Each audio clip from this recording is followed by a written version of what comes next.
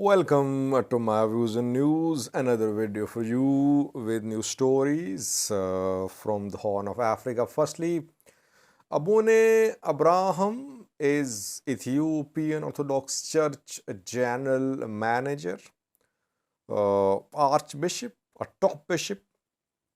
He and Abune Petros, another Archbishop of the church, have been accused by Tigray bishops, Tigray people, that these two archbishops from the Amhara region supported the war on Tigray. And Tigray has been demanding an apology from these bishops, archbishops, for resumption of ties with the main church, though Tigray has not been showing flexibility towards rapprochement with the main church. We know that this week Tigray elected 10 bishops. The election rejected by the main church. Abune Abraham spoke today. He spoke, I think, who is he addressing? Is he addressing the government? Because he is church spokesperson, you can say. It seems that today's Abune Abraham's message is for Ethiopian government. If Ethiopian government does not listen, we could see more pressure from the church on the government. He talked about Tigray bishops too in his message. Secondly, PM Abiy contacted Zelensky, Ukrainian president today. Ethiopia is a supporter of Russia. You can say Ethiopia is a member of Russian camp. And Ethiopia never condemned Russian invasion of Ukraine. But Ethiopia received around 400,000 quintals of wheat from Ukraine in the last few months under Black Sea grain deal. So what was this call about? What did the PM say? What did the Ukrainian President Zelensky say after the call? Thirdly, viewers, a top former politician of an Amhara political party, which is now part of PP, was released from prison today. Who is he? Is this release result of some deal? And lastly, Sudan, viewers, where Sudanese military is now mobilizing people. It wants new recruits.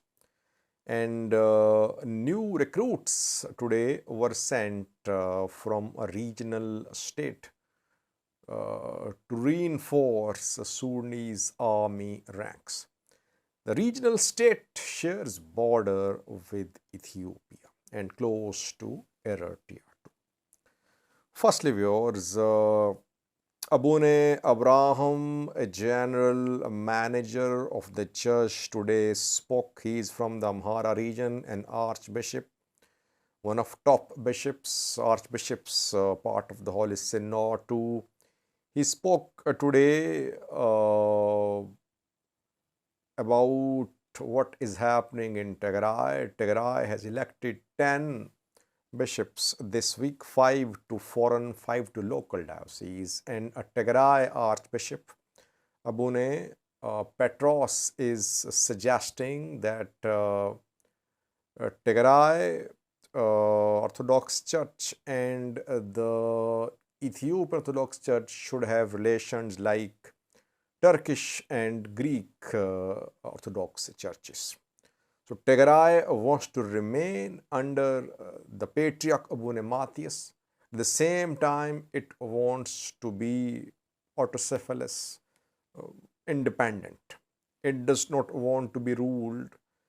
It does not want to be administered by the Synod, but it wants to be under the Patriarch. So it wants Patriarch for ceremonial purpose. It wants to be independent basically. Abune Abraham, Abune Petros, two archbishops are described as hawks by Tigray activists, Tigray clergy. They say that these two bishops supported the war on Tigray. I think Abune Abraham was seen with Eritrean President Isaias Afwerki too. In some of their statements, they supported the war. They did not condemn the war. Tigray says, Tigray archbishops, that since the main church did not try to stop the war, rather the church archbishops became part of the war. That is why Tigray Orthodox Church wants to be independent. It does not want to rejoin the main church. Main church is trying to reconcile with the Tigray Orthodox Church. It sent humanitarian aid, 20 million birds a few days ago to Tigray. Abune Matthias, the patriarch, visited Tigray a few days ago, though doors to churches were closed on him. Tigray archbishops boycotted Abune Matthias' visit. And after that, Tigray elected 10 bishops. But the bishops need to be approved. Their appointment needs to be approved by a patriarch. So they have been elected, but formally they have not started their work as bishops. 5 are in Tigray, 5 are outside Ethiopia diocese. Abune Abraham today raised 2 points. Firstly, he said that the claim that the Orthodox Church leaders remained silent during the 2-year-long war is not correct. If Tigray archbishops are to blame, then all Orthodox leaders are to blame. He seems to be saying that Tigray archbishops are to blame as well. It's not that only Ethiopian Orthodox Church Synod members can be blamed for silence. It means that he's not showing any regret. Tigray Orthodox Church, Tigray people, they want apology from Abune Abraham, Abune Petros, especially because when Abune Matthias visited Tigray a few days ago and he visited an IDP camp near Mekelle, people there displayed posters, banners with pictures of Abune Petros, Abune Abraham, condemning their participation, their approval of the war on Tigray. No apology from Abune Abraham. Rather, he is accusing Tigray archbishops too, that all are to blame. Main church synod members cannot be blamed unilaterally. So obviously, this message will not be well received in Tigray. Secondly, he is asking the government to intervene. I think the crux of his statement today is that he is asking the government on behalf of church, is asking the government to intervene, to put pressure upon the Tigray archbishops to rejoin the main church. And we know that before the election of bishops in Tigray, President Getachew and Ethiopian Abiy were requested by the main church to intervene to stop the election of bishops. But Abiy and Getachew remained silent. Election was held. And now the church wants government to intervene. Will government intervene or will it remain aloof? That we'll see. Government does not want to intervene. Is it because the government wants the split to continue? Or is it because the government believes that it is a religious matter? It does not, it should not intervene in this matter. Let's see. But today's Abune Abraham's message indicates that we could see more pressure from the church on the government in coming days if there is no intervention from the government to resolve the issues between Tigray archbishops and the main church.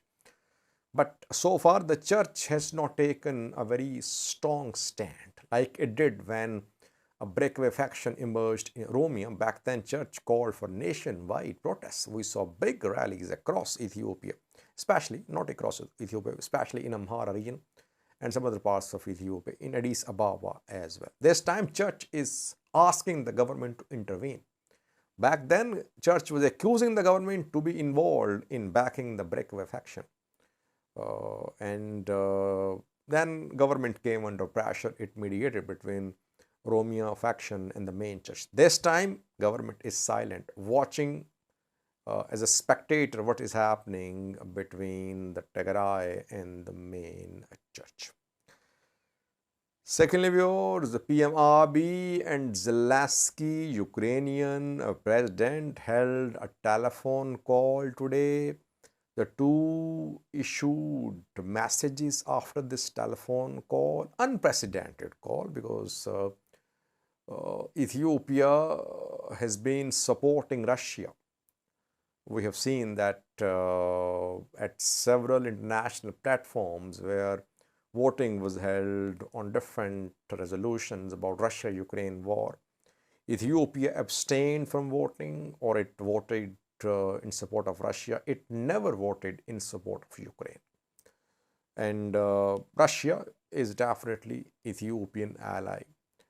But unprecedented call between Abiy and Zelensky. After the call, PM Abiy said that the two leaders discussed issues of bilateral interests, international issues, and ways and means to end the war between Russia and Ukraine.